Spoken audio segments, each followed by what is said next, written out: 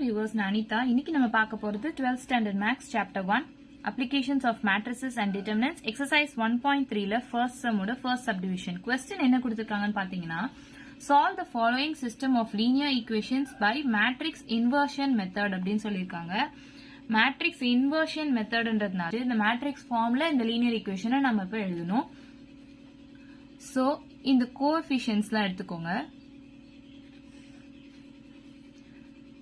2, y ஓட coefficient 5, x ஓட coefficient 1, y ஓட coefficient 2.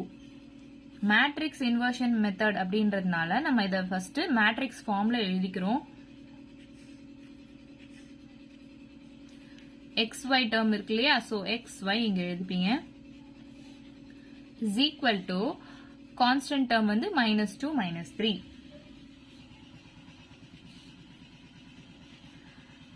இத வந்து நம்ம a ன்னு எடுத்துக்கலாம். இத வந்து capital X ன்னு எடுத்துக்கலாம். is equal to இத வந்து b ன்னு எடுத்துக்கலாம். இப்போ inversion இல்லையா, so a inverse அப்படின்னு வரணும். அப்ப a வை நம்ம இந்த பக்கம் கொண்டு வந்தா divideல வரும். so divideல வந்தா அது inverse ஆயிடும். x is equal to a inverse b. நமக்கு a ஓட வேல்யூ தெரியும் 2 5 1 2. a inverse formula என்னன்னா 1 divided by determinant of a into adjoint of a. நம்ம first exerciseல பார்த்துட்டோம்.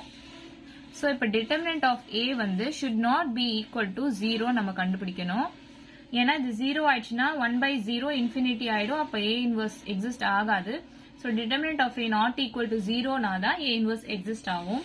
so first determinant a கண்டுபிடிச்சுக்கலாம். 2 2s are 4 minus 5 into 1 5. so minus 1 ன்னு வருது answer, which is not equal to 0. அப்போ a inverse exists.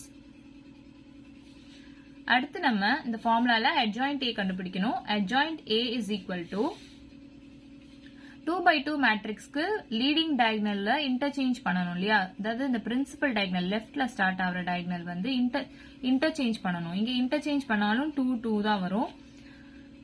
Secondary டயகனலுக்கு sign change பண்ணணும். so -5 -1 ஆயிடும். so a inverse நம்ம எழுதிக்கலாம்.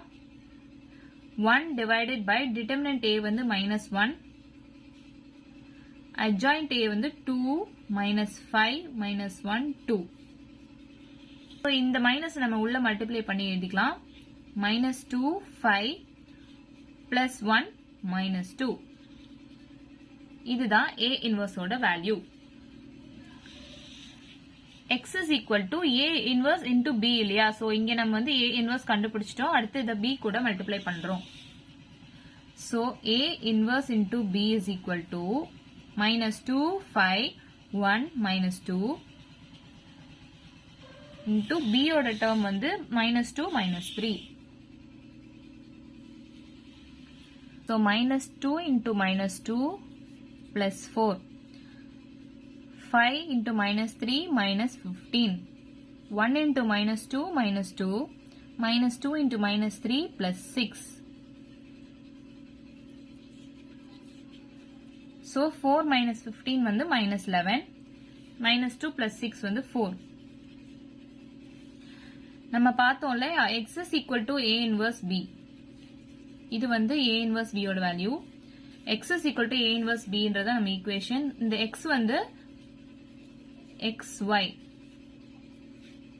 a inverse b ஓட value -11 4. so x is equal to -11, y is equal to 4. நம்ம value கண்டுபிடிச்சாச்சா? இவ்வளவுதான் நம்ம sum. thank you for watching. ஏதாச்சும் டவுட் இருந்தா கமெண்ட் பண்ணுங்க. வீடியோ பிடிச்சிருந்தா லைக் பண்ணுங்க, ஷேர் பண்ணுங்க, சப்ஸ்கிரைப் பண்ணுங்க. thank you.